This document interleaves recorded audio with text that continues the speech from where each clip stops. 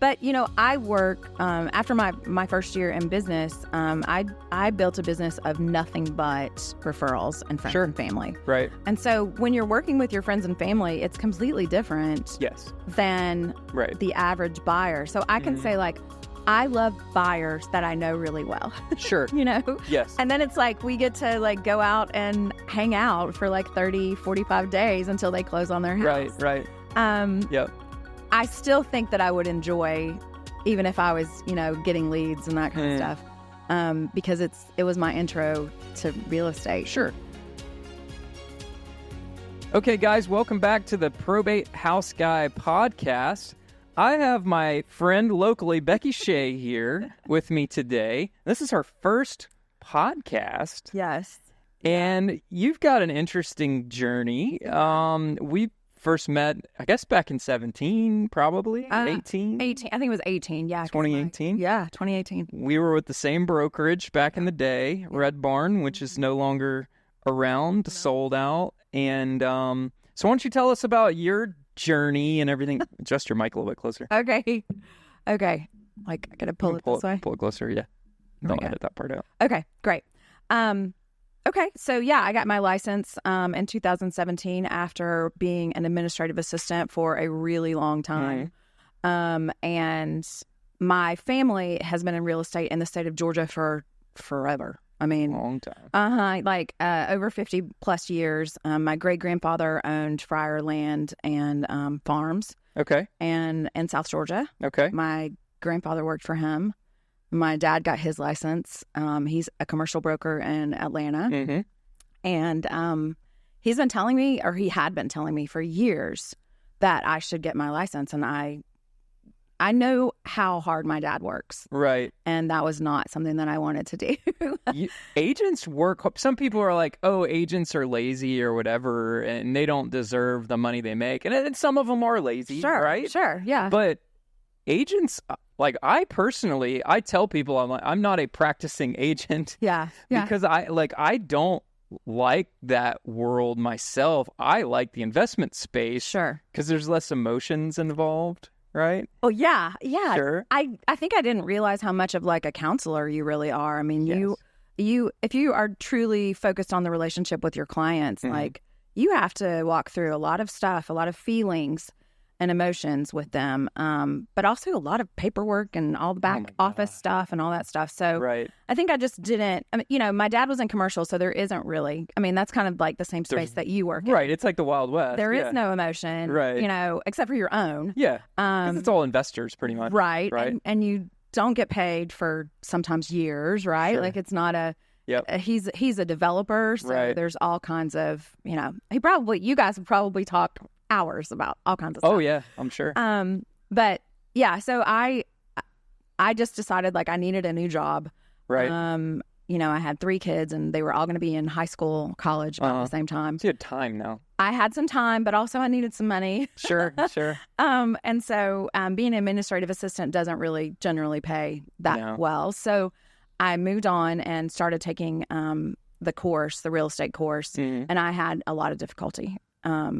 And I think, like, this is the part of my story that I always want to, like, highlight, because people struggle with the test and the school and all those things. Right. Nobody really talks about that.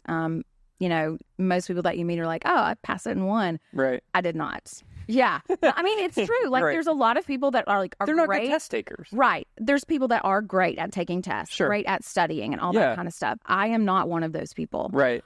So it took me 3 tries each time. So I had to take the school test twice and then take the course again. Okay.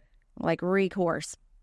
Then I passed that, and then I had to take the test, and the 3rd time was a charm, which was great. Sure. But yeah, like, so then I started in on a team. Right. And closed 24 my first year. Really? It's fantastic. Yeah, it was. That's a lot of deals. Most people don't realize, like, that's a lot of deals. Yeah, and they were online leads. So that was a lot of work. Sure. Right? Like, you know, cold calling and all that kind of stuff. Prospecting is a lot of work. It was very hard because it wasn't warm leads like they transfer now. It was like, here's a text, call them. I was like, oh. So I think getting my feet wet that way was really good for me. Sure. But I was working constantly. Oh, yeah. And then the outcome, being on a team is very different than you get less money too. You do get less money, but also like you have someone driving. I now work as a managing broker for a team that does it a little different. Sure. But yeah, like teams are tough. Sure. Great learning experiences, great collaborative, experience. But I just didn't know that a team was necessarily for me. Sure. And so I moved on, and that's where we met. That's right. Yeah. Yep. Yeah, because I was, when I first got my license, I just got my license to help with the investment side of the business, to list my own properties, have MLS access or whatever. And I got my license, and I was with Keller Williams for like 2 weeks. And I was trying to leave corporate America, and Keller Williams was just way too like corporate for me. Yeah. And I was like, I don't want this. Like, this is not my thing. So I left, and then I went and joined. I put my license with a guy locally. His name's Keto Johnson. He's an investor, but he had a brokerage.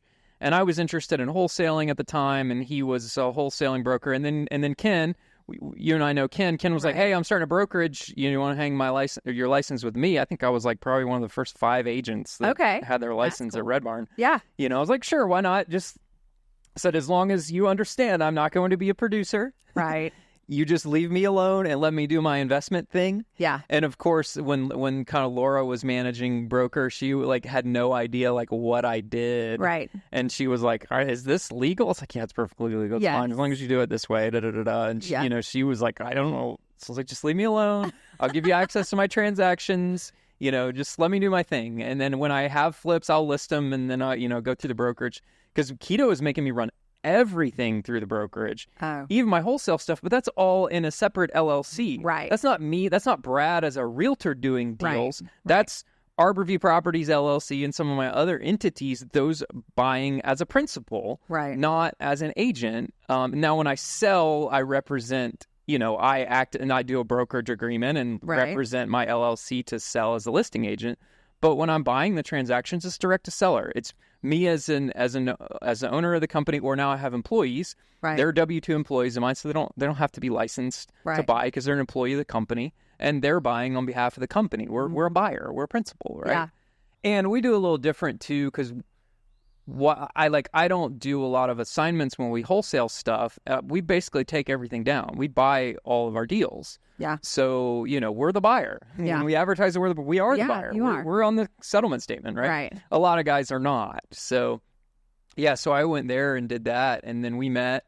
And we did a bunch of deals together.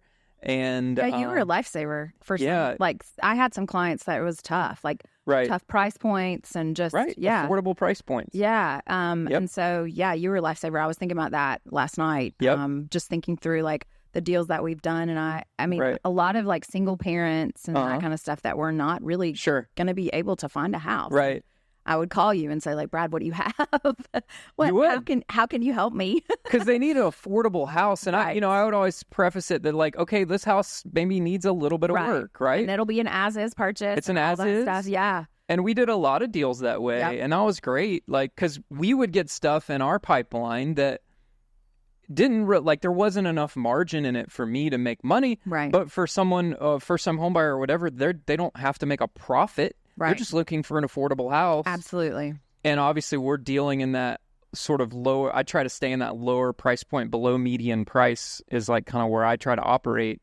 So a lot of these houses were perfect. Yeah. They were great. In fact, they've all like sold since and like moved on to different houses, and one of them's now getting married and just had a baby and like all kinds of stuff. So it's fun to like think back, like, okay, so I helped her get into her very first house with her son, and now she's flourishing in Tennessee. And that's great. Yeah. Really cool. It's funny. The seller of the house that Adam bought. Yes.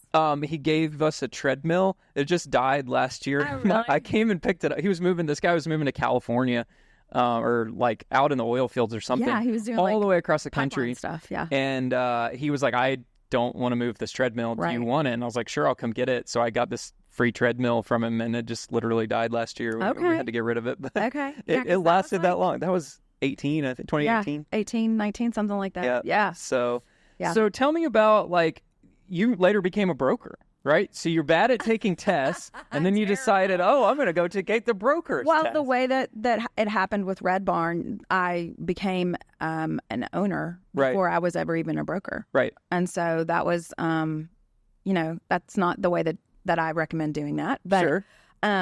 But here we are. Baptism by fire. Yeah, right. Totally. And then, I became a broker. And honestly, when I walked out of the broker's test, I said, I don't think that I took the right test. And they were like, no, you did. Yeah. And I was like, are you sure? And they were like, yeah, and you passed. It's just such a different. Well, it's like word problems, right? It's like scenarios, right? Is my understanding. And I think because I had been an owner before I had been a broker, it really did help because I wasn't dealing as a broker, but I was dealing with situations, right? Right. In my office. And so I think that really helped because I passed that with flying colors. That's great. Yeah. Well, and the agent, the salesperson test is like 90% of the stuff that's on the test, you're never going to use. And like, it's so funny because it's not applicable. It's like, I always tell people, it's like, they're just like pounding all the laws and the rules into your head. And what's funny is some of the stuff that they told us was like illegal, I later found out is not illegal at all. Right. And it's like, this guy's teaching these agents, like, this is not illegal. Right. Like, he's like, oh, contract for deed is illegal in Georgia. No, it's not. It's not. I've had multiple attorneys be like, no, it's not at all. Like, you can do it. You just do it this way, and it's perfectly fine. Right. And it's like, okay, that's interesting. Well, maybe he was just trying to keep, I don't know, but maybe he was trying to keep the people out of the weeds, right? Like, out of trouble. I think so, right? Because really, the most of the people that are taking that test are going to be normal agents, right? And that they're never going to really experience that. Because like I've done a lot of creative real estate deals and subject tos and owner financing and wraparound mortgages and all the things. And like most agents cannot comprehend that at all. I don't try to comprehend it. Like if I have something that I'm like, I don't understand this, I would call you, right? Sure. Like I would say like, hey, this deal is above my pay grade. Like I don't get it. And it's funny because I've called you about like normal agent stuff. It's like, hey, here's a broker question for you. Like, how do I do, or what document do I need for this? Because we're submitting an offer today on an estate property that's listed on an MLS and like a court appointed administrator, and I've got to do everything on GAR forms. And I don't use GAR forms for like my normal stuff, my direct to seller, because as you know, like 90% of the verbiage in the GAR form is just to protect the broker and the agent. Yeah, it's not to protect a buyer and the seller. Right. So years ago, I had my attorney just draft a buyer and a seller purchase and sale contract, and it's like 3 pages long. And we just use that because most sellers are like, what does all this mean? And it's like, well, it's to protect the broker, and there's no broker here, so it doesn't matter. So, but now when I go through a broker, I have to do the GAR forms, and I have to do this form and that addendum and this amendment and always and this and that. And then by the time you're done, it's like 18 pages long. Right. And it takes 30 minutes to fill it out. Yep. So I have my assistant do that for me. Yeah. She's an agent too. Yeah. So if you're a good agent, it takes 30 minutes to fill out. If you're an average, mediocre agent, it takes hours. Well, I had one the other day that I had never encountered, and I had to call my broker. My friend Matt is my broker. Yeah. And I had to call him because I was like, oh, it was about the protected period and the difference between a unilateral termination versus a mutual termination. Mutual, yeah. Right. So I learned that in a mutual, it terminates the protected period versus a unilateral that applies. Yes. And we were dealing with a seller who had just canceled. They got fed up with their agent, and they had just canceled their contract with their agent and done a mutual termination. Okay. And I always, when the sellers talk about, we have to be careful. And I tell my teams, like, guys, you can't ever tell somebody to cancel their contract. No. Like we have to be very careful. Right. So, but we said, make sure you check your protected period because even though you've canceled, you may still be obligated to pay a commission. Yep. In the deal. So we always tell them to check your protected period. Well, this agent put 90 days. That's what I put. Period. Is that what you put? I always put 0. No. Well, so when I'm working with I tell my agents to do 90 days. Yeah.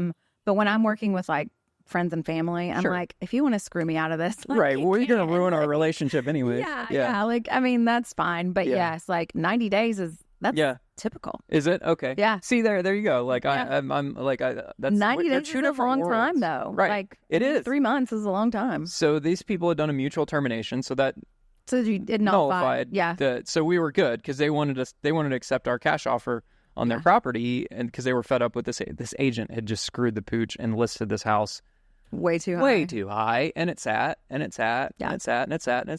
And you know, in this market right now that we're in, if you're priced right, you'll sell. Absolutely. Quickly. But if you're priced too high, right, you'll sit. Right. It's like that psychology game. Yeah. Like, we're listing our flips low right now, like a little low to get them bid up, and then they usually go over list price. Yep. But it's funny because even if you list like maybe 10,000 over, it's like the opposite effect. I know. It's so weird. And it's dealing with clients too. Like, they're like, well, especially sellers, like, they'll just make an offer. Well, no, they won't. No, they won't. Normal buyers, as an investor, we make lowball offers all the time. Right. We're not. I'm not afraid of it. Right. But home buyers are afraid to insult someone else, and they won't make the low offer. Right.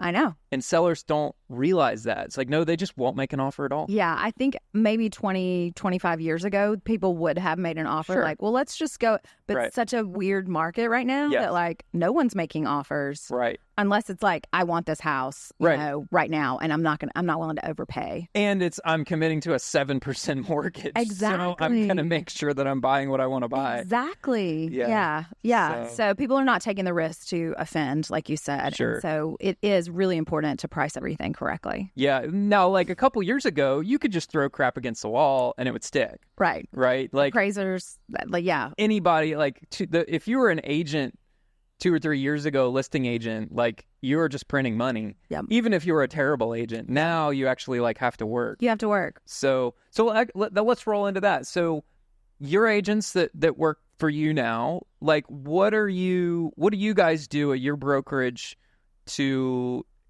kind of help your agents? Like, what? Oh man.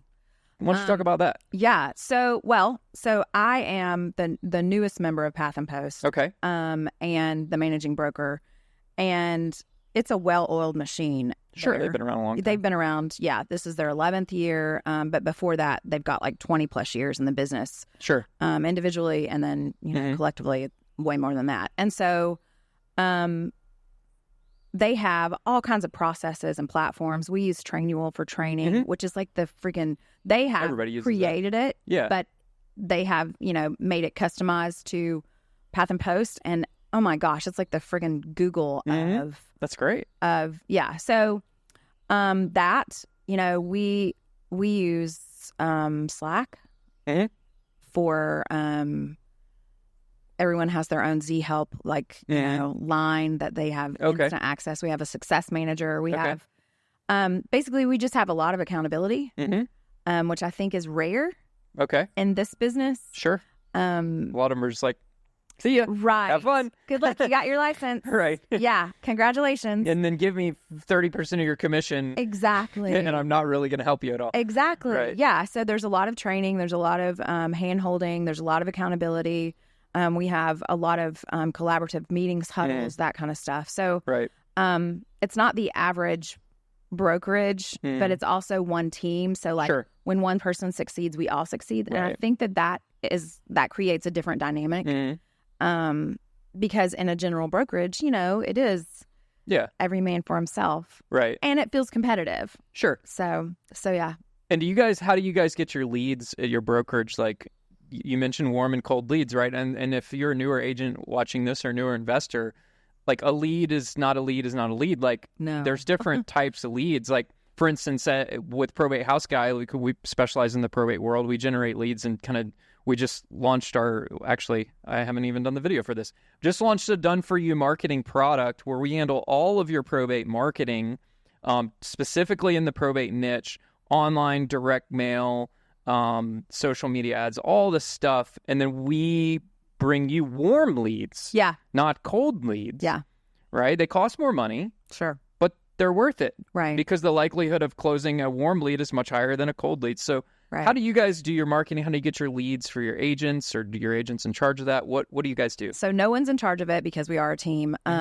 We as the owners and brokers, deal with that. So we use Zillow. Okay. We deal with the Zillow. Sure. We are one of the top 5 in the state of Georgia teams right. with Zillow. We also have different, referral partners that do. So it's basically pay to play. Like we buy our leads. Pay per lead. Yeah. Yep. And we also do some like pay per click marketing, Facebook, all that kind of stuff. Yep. But really, it's more Zillow heavy than anything else, which is a very, almost like a hot lead because you're getting that telephone call. Correct. And they're saying, hey, we want to go see this house right now. Most people don't realize that Zillow makes most of their money from selling leads. Yeah. Like, that's how they got started. Like, they're selling real estate leads. Right. And it's the number one place that consumers go. Correct. So. Yeah. Whether you like it or not. Yeah. I know so many people have such strong feelings about Zillow, but, as this market changes and as everybody kind of pivots, this is not an advertisement for Zillow, but, they're not a bad person to kind of be aligned with a little bit because they're going to have to change their model as well. Sure. So as we move forward, it's going to have to be. Yeah. What's your take on this whole situation? The controversial topic. You can do this opinion only, right? Yeah. So the lawsuit, I think, is it's a reach. It's a money grab. But I don't think accountability is bad. I think for the state of Georgia, we were probably more protected. I was one of the 14 that already had the BBAs. Right. So we're already doing business the way that it should have probably been done. Sure. I think the rogue states, California, New York. We'll edit that out. Hummingbird. Yay. Sorry. No, that's fine. You start back up. I didn't interrupt. No, it's fine. But I think for the rogue states or the people that just never got any kind of agreement signed, I think it's going to be tough. Yeah. I do think that it will maybe knock out some agents. I think there's going to be some agents who are like, this is harder than I want it to be. Right. I don't want to have that conversation. Right. I don't want to talk about, compensation at all. And so I think that those agents will, fall by the wayside. Sure. But in general, it's not upsetting to me. I have that conversation and have been having that conversation. Sure.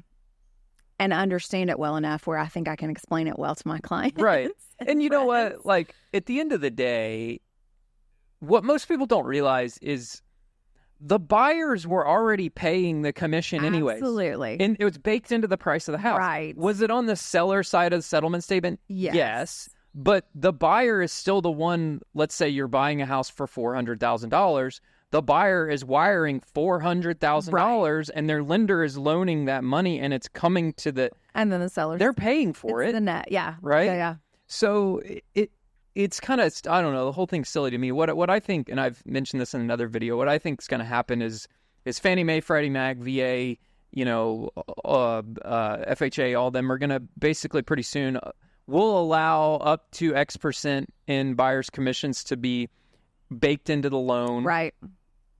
And because they were already stated, they've already stated that. Yeah. VA suspended the buyer, like that now VA can pay. Right. So it's already in motion. Sure. But you're right. I think that they will allow much more. Everyone follows suit with that. Yep. It's going to be kind of a moot point. Yep. Okay, cool. So 3% or whatever the percentage, right? Yeah, goes on the buyer side, and the other percent goes on the seller side, and that's it. Yeah. And then it's like, okay, this is much ado about nothing, Yeah. So I mean, I think that the average consumer is going to want someone to represent them, and if they don't, you talk about the wild, wild west of commercial. It's going to be the wild, wild west. Sure. There's going to be so many poor buyers, especially first-time home buyers, who are just going to get screwed. Right. Well, and some people are like, oh, well, the agent's not worth it. Like, there always will be bad agents. There always have been. Yeah. There always will be. Yeah. And then from the standpoint of the sellers like not wanting to pay commission, well, the cheap guy that's going to DIY the house was always going to DIY sell his house anyways. Right. So you're not losing him out of this deal. The cheapskate is always going to be the cheapskate, no matter what. It's like some people are like, oh, people on YouTube do these videos and teaching people how to build this or do that or whatever. And it's like, Well, the DIYer is always going to be the DIYer. Sure. Whether you teach them or not, they're going to do it themselves. So the person who recognizes the value in, let's say you're hiring a contractor to do work at your house, people who recognize the value in it are always going to call the professional. Right. It's the same with selling a house. Stay in their lane and know their limitations. Or people are going to learn the hard way. They try to sell a house themselves or buy a house themselves, and then they have to do all these documents and this paperwork, and they're like, oh, maybe what's due diligence? What? Right. Yeah. Like, what is all this stuff? Well, I hammer that in all my videos because in our world, in the investment world, we get these idiot wholesalers who put this due diligence of like 30, 60 days in a contract and just give themselves this runway to like try to wholesale this deal. And then they waste sellers' time. So I've got tons of videos about what is due diligence, why it's important. That's good. Yeah. And I mean, we deal with it all the time because I'll give sellers zero due diligence sometimes. And what does that mean? That means like, I'm buying it. I'm buying it. Yeah. Like, yeah, it's sold. And they're like, oh, well, I also need you to, give me, $10,000 in earnest money. It's like, I mean, I can do that if you want, but like I'm doing zero due diligence and I'm closing in a week and a half. Right. So yeah, I'm buying your house. It's a done deal. Yeah. Right. Yeah. Yeah. I think that it will be a really interesting couple of years in real estate just to see how everything pans out. I'm interested to see what the new updates even on the GAR form. Oh yeah, I saw Weissman sent that email out the other day about updates on that. Yeah, I'm looking forward to seeing like how we've updated the buyer brokerage agreements and seller listing. Right. We've done some revisions, but I want to hear what Seth has to say. So sure. Yeah. He's a smart guy. He is. Yeah, we've been protected for years. Right. Where, like I said, there's some other states that I'm sure they wake up every morning dreading, like, oh no, what else is new? Right. And right. I'm grateful that that's not us. Yeah, actually, South Carolina just passed a law last week, essentially like outlawing wholesaling in South Carolina. You can still do it. You just have to buy the property. Okay. Which some people are like freaking out, like, oh, what is this going to do? It's like, just take the property down and buy it. Right. Just buy the property and just close on it and then resell it. Because you still can do that. Yeah. Yeah. So, yeah, some of the states are cracking down on stuff like that. So let's switch back into buyers versus sellers. What's your favorite? Buyers. Buyers? You like buyers? Yeah. Which is so rare. Like, I think most people, I know. Yeah, I couldn't do it. I know. Yeah. I know. I think it's because I get energy from people. Like, I love being around people. Big extrovert, high I. Like, I just like people. And wasting my time, I guess. Because most people are like, oh my gosh, buyers take so long. But, I work, after my first year in business, I built a business of nothing but referrals and friends and family. Right. And so when you're working with your friends and family, it's completely different than the average buyer. So I can say, like, I love buyers that I know really well. Sure. Yes. And then it's like we get to like go out and hang out for like 30, 45 days until they close on their house. Right. Yep. I still think that I would enjoy, even if I was, getting leads and that kind of stuff, because it was my intro to real estate. Sure. But I am more listing heavy right now. Right. I just get really anxious because I am representing someone in like, this is a huge deal. And not that it's not when you're a buyer, but it's a huge deal. And there's a lot of emotion tied to sellers, selling their houses. Sure. Some people look at it like it's just a house. We're just moving, Yeah. But a lot of them are very attached to their homes. Sure. And think that they have, like, they're sitting on a gold mine. Right. And so to convince someone, yes, this is a great house, Yeah. But we have to price it correctly. We have to do this. We have to, you got to clean up your mess and all those kinds of things. They're more difficult conversations to me. I know. Like, you should probably, like, not put this out. Yeah. Do you know how dirty your house is? Right. Do you smell what I smell? Like, the smells. Those things are really hard. Like, it's difficult for me to have those conversations because, again, they are my friends and family. So I'm like, I don't want to talk about those kind of things. Sure. I have to. Right. And then, the conversation with, like, you know what, the market is dictating that we need, maybe we priced it where comps were, but the market itself is saying we're too high. Right. Let's reduce. Yeah. Those are difficult conversations. Sure. So yeah, I really like buyers because it's like exciting. Sure. Basically the whole time. Right. And then to get to the closing table with a buyer is just like it's when they're getting what they wanted and you know, they're happy about that. And this is there's a difference because it's an emotional transaction, right? Yes. Oh, for sure. Because they're buying their dream home or whatever. Right. Yeah. You know, me, I'm just like, oh, it's just another house, whatever. Yeah. Like, Right. Right. I mean, like, I mean, I definitely have walked in houses where I'm like, oh, I want to buy this house, you know? Like, I love it for those clients. But then there's other clients that, like, they just need to get in somewhere. They just need to, you know, start a family or get married or whatever. And so they're not like, it's not their forever home. And so that's not quite as exciting. The seller part where they're selling their home that they raise their kids in. Or there's a divorce. Or there's, like I said, you become a counselor and dealing with all those emotions and everything. I don't know. I think sellers are great. I shouldn't say that I don't like doing listings because I'll probably never get another listing. But as you know, you like sellers better. I know buyers. I like buyers better. Yeah. I'd rather lead you through like walking through all of that. It's huge decisions and you know, negotiations and all that stuff than I would. The pressure of trying to sell your house. Oh, I just sold my in-laws' house that they've lived in for 31 years, and my, wife and her sisters grew up in that house. And we bought another house. Fortunately, the house we bought up here was easy because Kristen May was the agent. So we bought one right up the road here, and that was easy. But the transaction of selling their house, was crazy because the buyer, there were some things where the buyer was just being completely unreasonable. And my in-laws were about ready to walk on the transaction because this was all over a temporary occupancy. 24 hours. The temporary occupancy was all we're asking for. But you thought we had stolen her child and oh my gosh. We're asking for 24 hours. And she's like, oh, I need $10,000. For my pain and suffering. Did she have, her agent must not have known or understood temporary occupancy. Her agent's been around for a long time, so I don't know, but it was crazy. The craziness we went through and finally we came to an agreement because my in-laws were like, well, hey, we're squeezed in the middle because we can't get into our new house. Right. Because till it's closed. Yeah.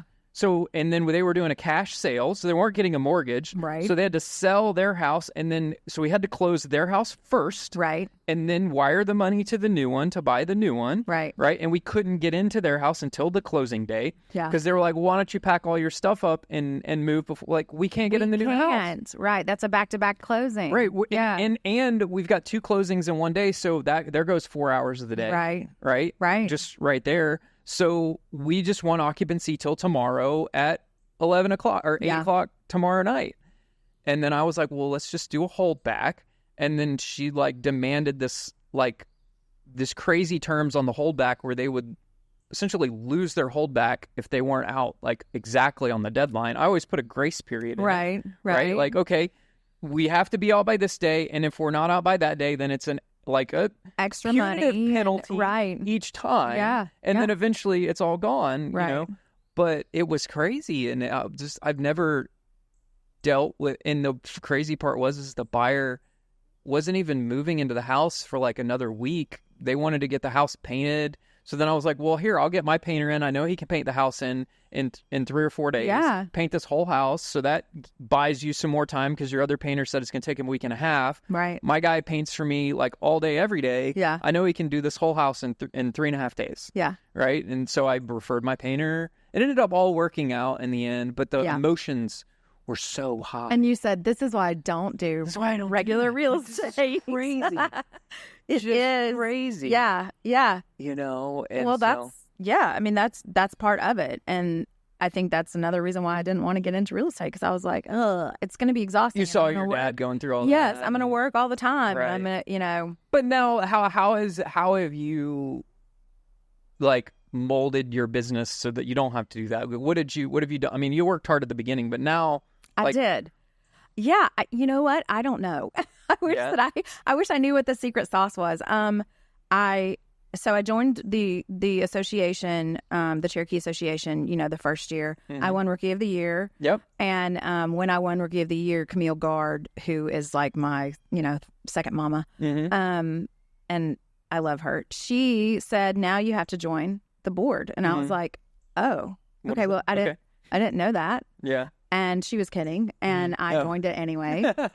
And so I do think that, like, being involved in the community, but being also involved in the association and all that kind of stuff has helped a lot. Me kind of scale my business. I went from, owner to broker. And then when that brokerage closed, I went to a business partner in another brokerage. And now I'm a managing broker.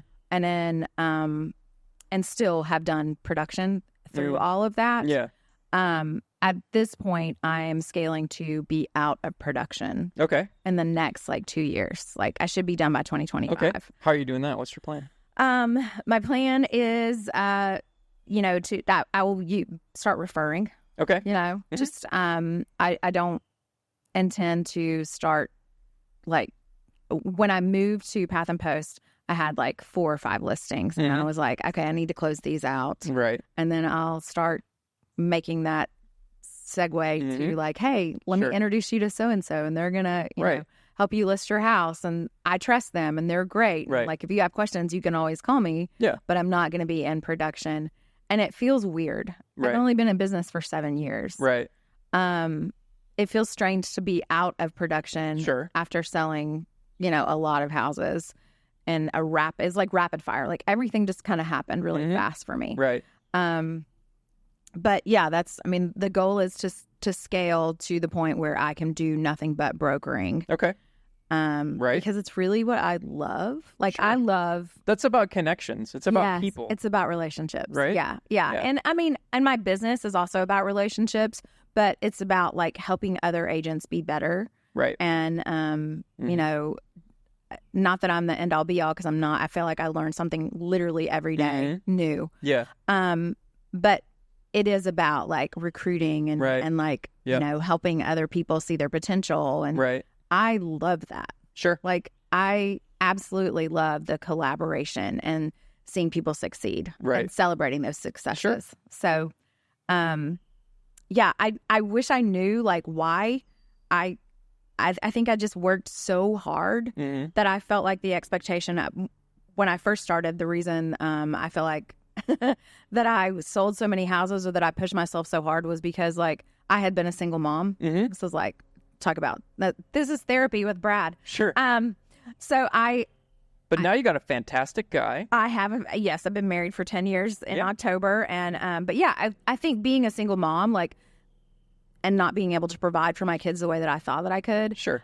Is always in the back of my mind. It's your motivator. Yes. Right. And so I'm I have to make more. I have got to do better. I've got to, and so I think I'm at a place now where I'm I'm continuing to do okay and well.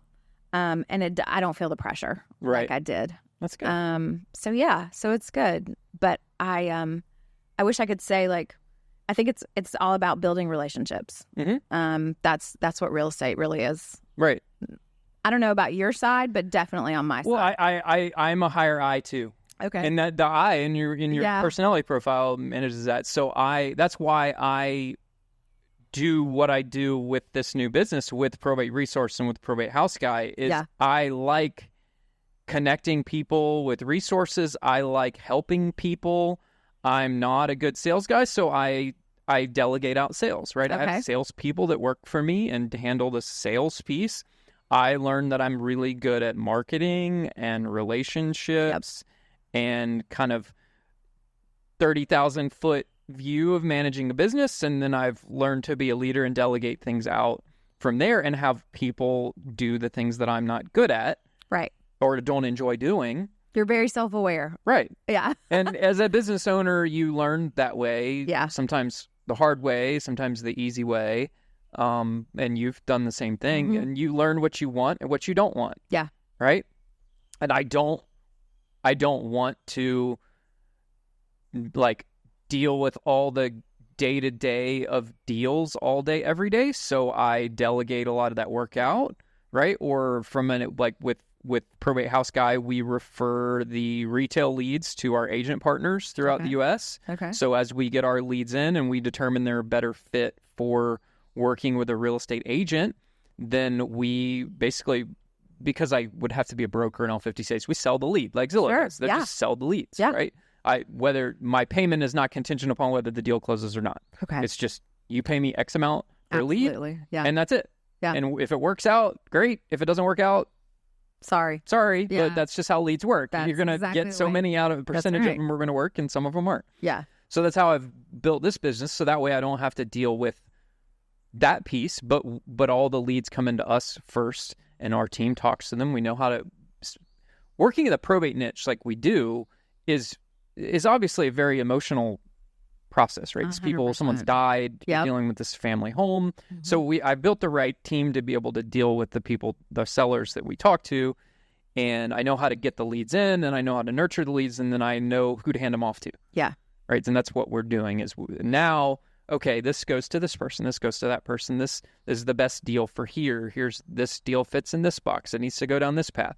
Like I've learned to kind of direct that, but I don't want to be directly engaged. Like I went to a house the other day. I haven't been to a house on an appointment in years, Well, but you have to build that relationship with the right agents too, right? Correct. Like they have to be empathetic. They have to be understanding. Right. We have a vetting process for our agents, and we've got a training course we're working on to kind of have them go through the training course so that we know they have some minimum level of understanding. Yeah. And then if they've gone through that, then we know they're good. And we don't just work with anybody. Yeah.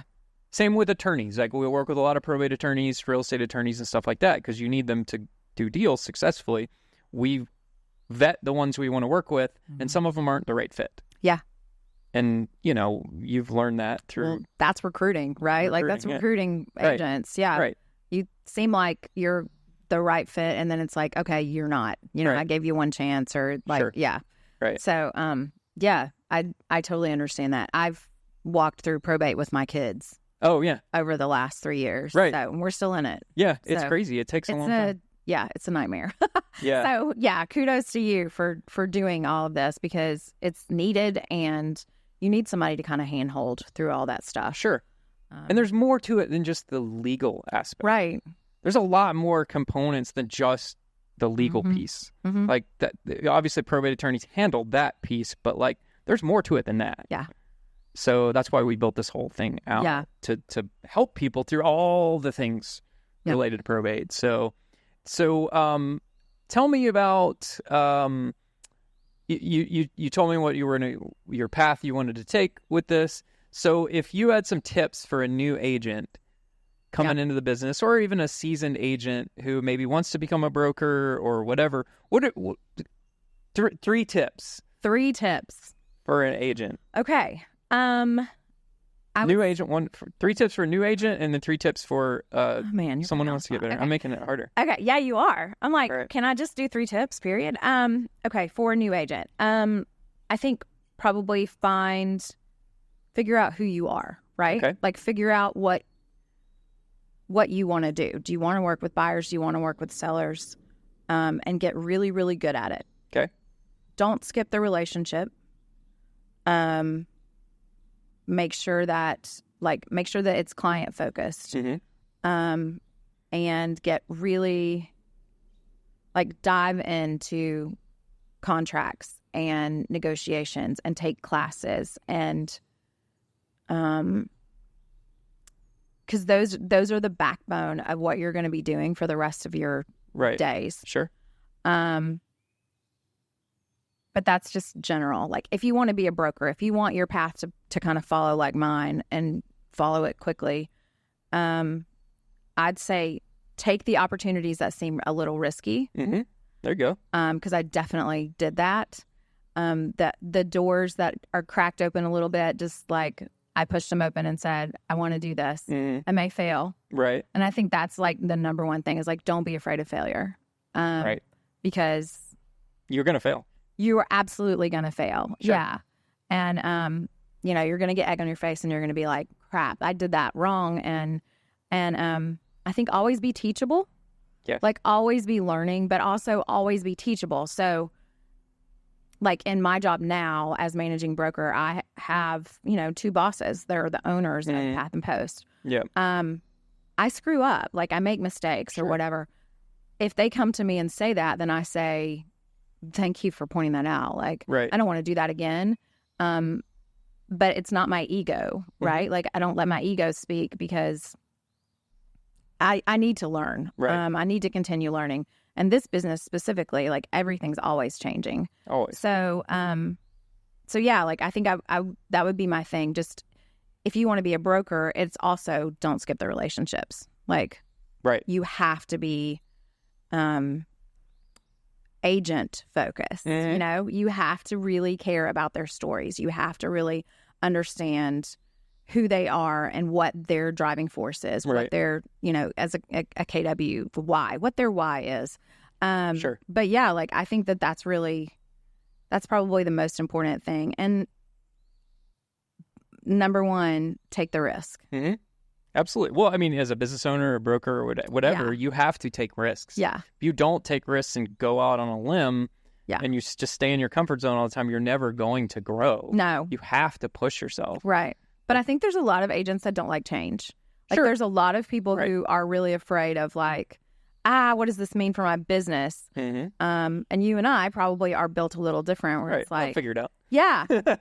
I mean, if I don't figure it out, then somebody's going to tell me I didn't figure it out. Right. And I'll just be like, oh, okay. Right. But yeah, like I think just being willing to jump. Is really, really important. Right. But education is important. I mean, there's so many, like, I don't even know that was 3. Doesn't matter. That was like, doesn't matter. Like 15 different tips. Right. That's great. Tips That's awesome. with Bekki Shea. That's awesome. Well, Bekki Shea, it was really good to have you on. It's always good to chat with you. Yeah, I know. I like seeing you. I know. It's just beautiful. Like, oh, thank you. Yeah. Appreciate that. So this nice was here. a learning process. I went out on a limb here to build this thing, right? That was something I'd never done all by myself before. Yeah. So yeah, you got to go out on a limb there. So yeah. Well, hey, thanks for coming by. I really appreciate your time. Thanks for all the good tips.